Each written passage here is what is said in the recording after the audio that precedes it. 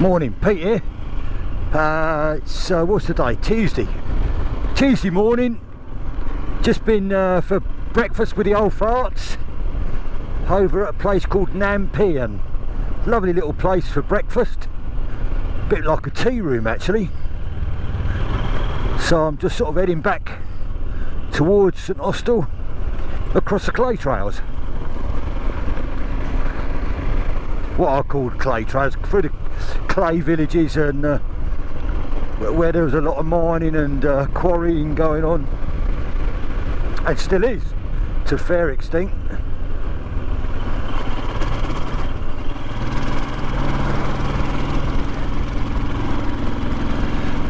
Yeah, when I left this morning there was quite a few showers about, but it seems to have cleared up nicely now. So I'm out on the Himalayan, who's performing very well actually. I gave her a wash and she's filthy again. That's the only trouble with these roads out this way on the clay trails, or the clay trails, on the clay road near where the clay is, obviously clay, and the roads get, when it gets wet, they get bloody messy, so messy.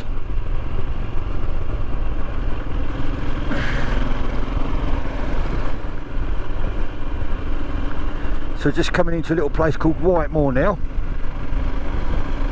I nearly bought a house here when we were first looking to buy places.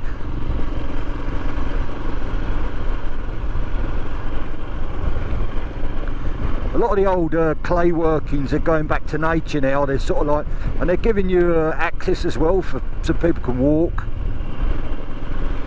and stuff. Quite a chill in the air actually this morning. It might be just that I'm getting old, I don't know. I think it's been so warm that any sort of change in the temperature, you notice it. It's not that cold actually, but it just seems a little bit chilly.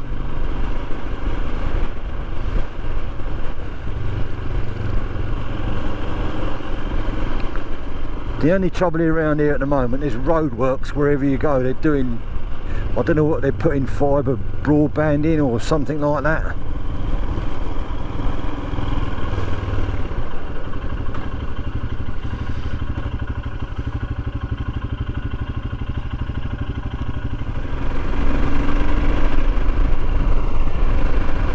So yeah, been out for breakfast with the old farts, and just having a little ride on the bike, sort of trying to work my way back home so I get a little ride in with avoiding some of the roadworks.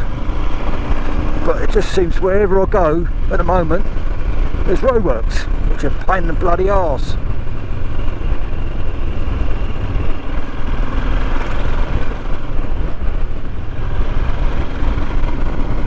This is called Gosmore, and apparently it was King Arthur's family hunting grounds here, allegedly. There was two ancient hill forts close by. One is Castle and Dunas, where we've been to, and the other one is St Denis, where the church is built. Both had hill forts, and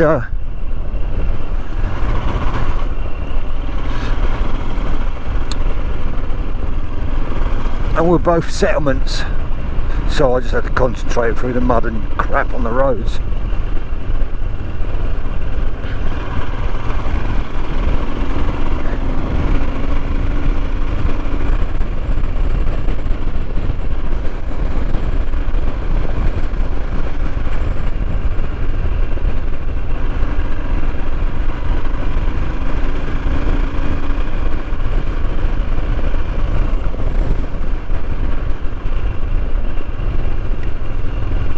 So this sort of place where you can park there on the right and go into Gosmore. It's about there's a trail around it of 7 miles. You can cycle, ride your horse or walk. It's nice and flat as well.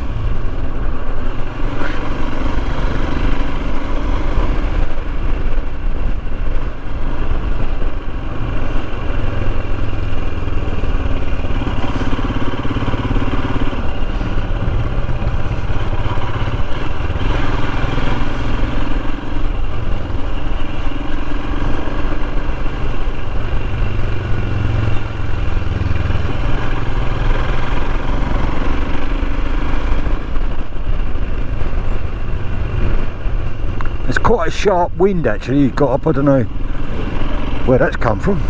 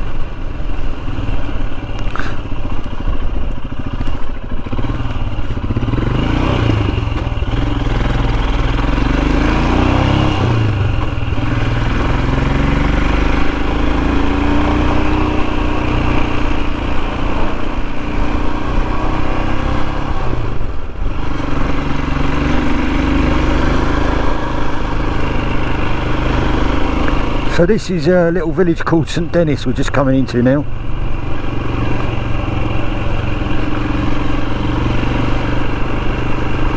Another one of the clay villages. Called clay villages, but I don't know why really. I guess it's because, like, if you look in front of those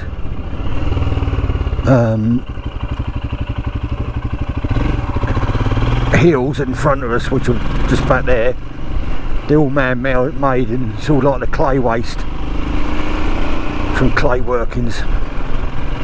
So we're just coming up here now to St Dennis Church. Not for any particular reason, you can't get into the church, it's always locked, but it was an ancient hill fort up here as well. And when we rode through Gosmore, I mentioned that that was a hunting grounds. Over there in the distance is Castle and Dunas and the north coast of Cornwall. And then as we come round here, I'll swing round, you can see over there some of the quarry workings and the clay workings all around here. So most of the hills you can see there are man-made, where they've extracted clay for China clay. That plant over there in the distance is a recycling plant where they burn waste rubbish, apparently. And those two hills over there, they're definitely man-made from clay extraction. So I just thought I'd come up here. It gives you a good outline of the area really. And over there again some more hills. Oh, that's man-made.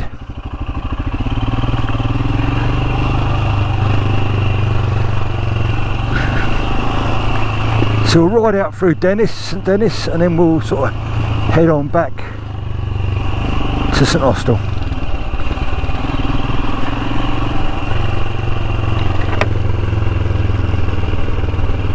So it's not a bad day actually, it's a lot worse about. Could be problems, what I meant to say. Can't get words out.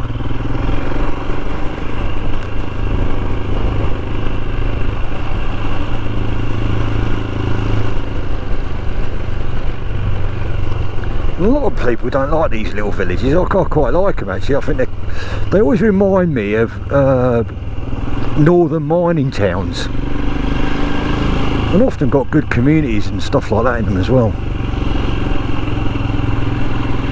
They're just, some of the houses are a little bit run down.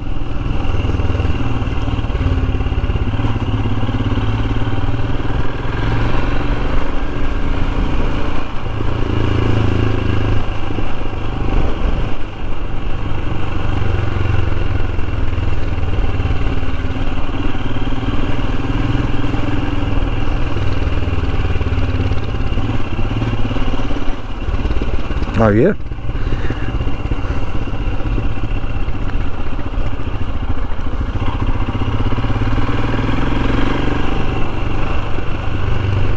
I wonder if we can get in front of this bus. Or is he going to come out? He's coming out now.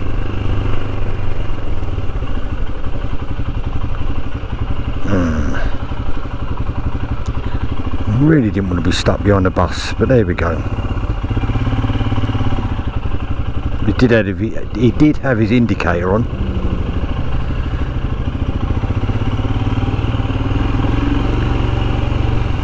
Hopefully he'll stop just up here and I can get past him.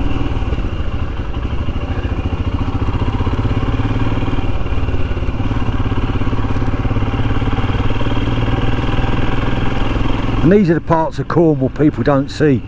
These little villages, unless you're passing through them, but we've got more roadworks up in front. Traffic lights.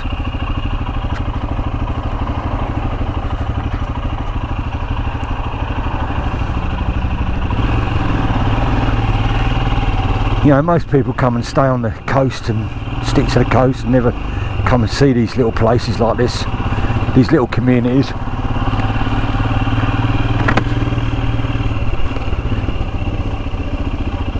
Very traditionally Cornish.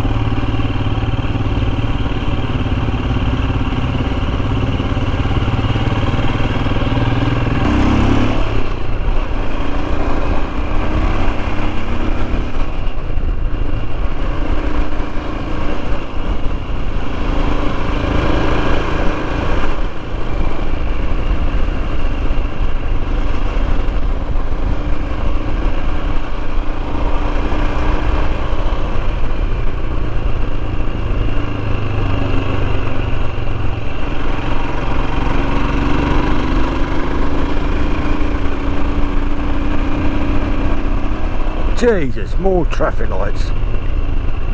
Oh, flipping heck.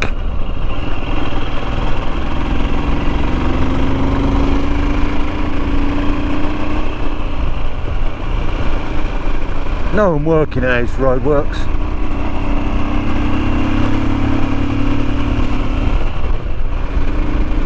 It's a place called Foxhole we're coming into, another clay village. Well, they all are around here. And like I say, all terraced out, lots of terraced houses. They really do remind me of many of the towns and stuff up in the north of England, mining, and the Midlands, which were, you know, mining communities. And I guess they were the mining communities down here in Cornwall as well. And also obviously the clay workers.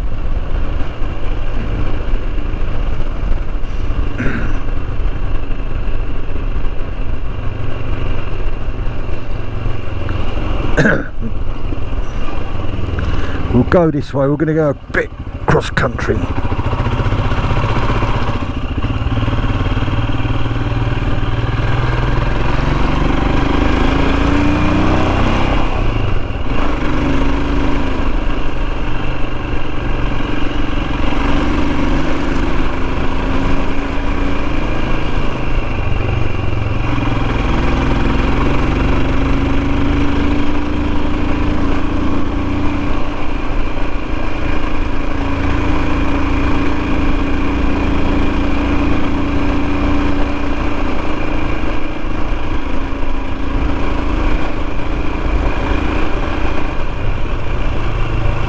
As you can see in front of the landscape there, it's all man-made. A lot of these are where they've dug the pits out and stacked the clay up.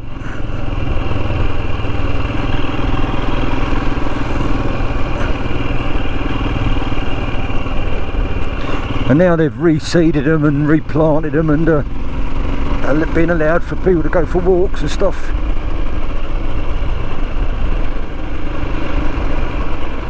But I quite like it up here, to be honest with you.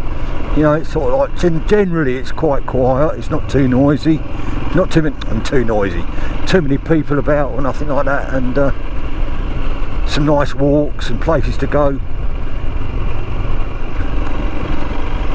And while I love the sea and I love the beaches, I'm not a lover of being on a packed beach, to be honest with you. It's not really my thing. If I go to the beach, it's generally, you know, sort of first thing in the morning, really early.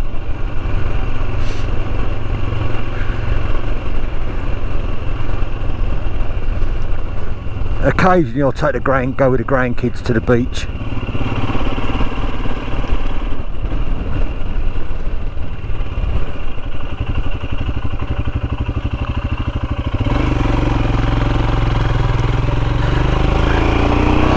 Now then, this is a strange one and many people won't know. This is although it's a road, it's not actually a designated public highway. So it's, I guess, although it says 40 there, technically I don't think you'd better get done for speeding. I don't know. I'm sure someone will tell me.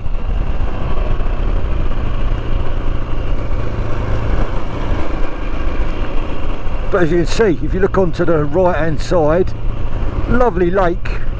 I can't really pull in and show you really, but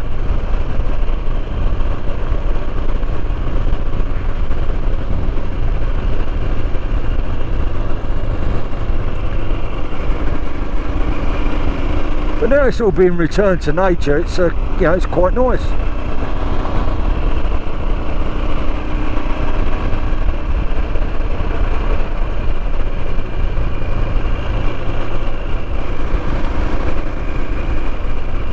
Often see lots of deer as well along here, around here, in these woodlands on the side.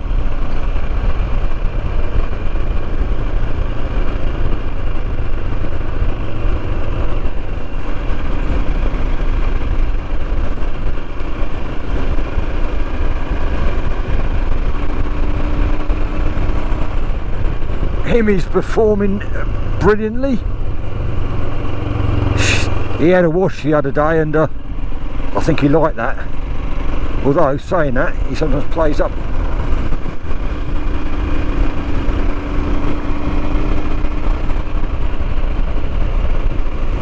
The roads are not great round here though when they're like this. If it gets a bit wet and damp and they've got the clay muck and stuff on them, grip can be a bit of a problem. So it's a case of taking your time really. Lots of tipper lorries as well around here as well, obviously.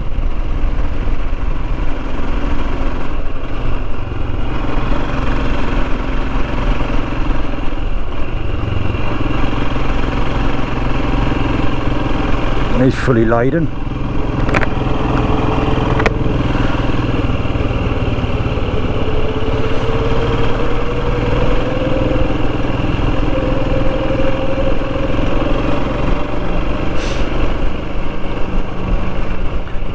what looks like snow in front is actually clay. You can see up there the hill.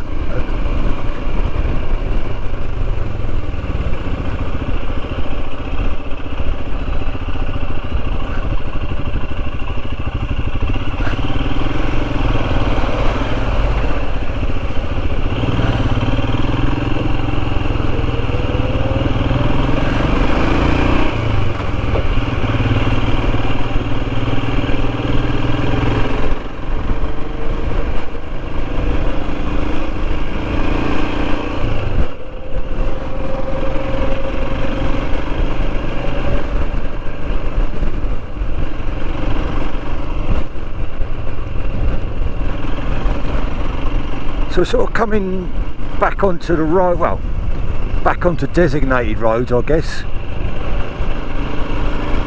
Just here at this junction, we're going to turn right and head back into a place called Carthew.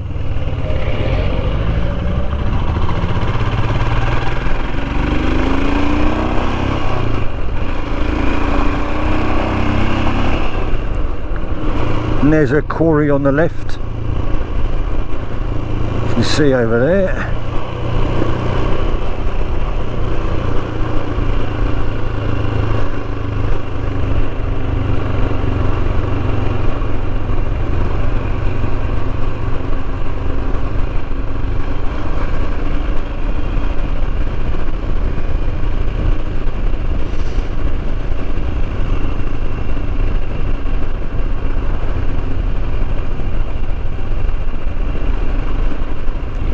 But for these roads around here, this bike is ideal.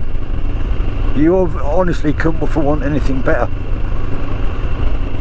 I love my classic 350, but when it's a bit, you know, gnarly, a bit mucky and muddy, and the Himalayan is ideal.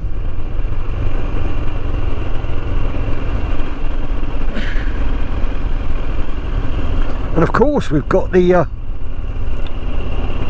GS at home, the 650 GS that's up and running. I've had a bit of a problem with the carburetors, and I seem to have cracked that, hopefully.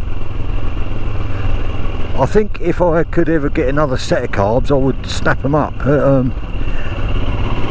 So now it's a case I'm going to give the bike a full service. And he's stopped there, isn't he? Yeah, I'm going to give the bike a full service, and then I'm going to take it down to mate Jason and hopefully get an MOT on the bike. And I wasn't quite sure what I was going to be doing with it, to be honest, but I'm sort of leaning, I might keep it for a while. I mean, it's never going to be a valuable bike. So it's, you know, I've seen them, you know, ones in really good condition go for anywhere between 1,200 and 2 grand. So and I paid, I'll be honest with you, I paid 450 quid for the bike as a non-runner. I thought to myself, well, if I end up scrapping the bike, I could probably reclaim and get my money back. But like I say, she's all up and, well, she's up and running. I haven't road tested the bike.